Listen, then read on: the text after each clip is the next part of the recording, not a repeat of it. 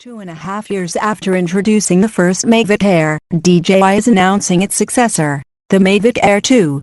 It comes with a bigger image sensor, ditches Wi-Fi in favor of DJI's own AccuSync transmission technology, has up to 34 minutes of flight time, and is packaged with a completely redesigned controller. The new sensor inside the Mavic Air 2 is a half-inch, quad-Bayer sensor. It's similar to the 48-megapixel sensor that's been available in smartphones for the past year or two.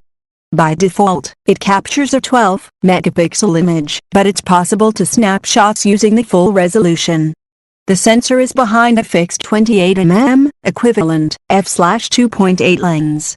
The Mavic Air 2 is also the first drone to come equipped with AirSense, a technology that detects and warns the drone operator of nearby aircrafts. Mavic Air 2 is available for pre-order starting today for $799 and will begin shipping May 11th in the US. The Fly More bundle, which, for the first time, includes ND filters, finally, along with a carrying bag, prop guards, charging hub, and 3 batteries, will be available for $988.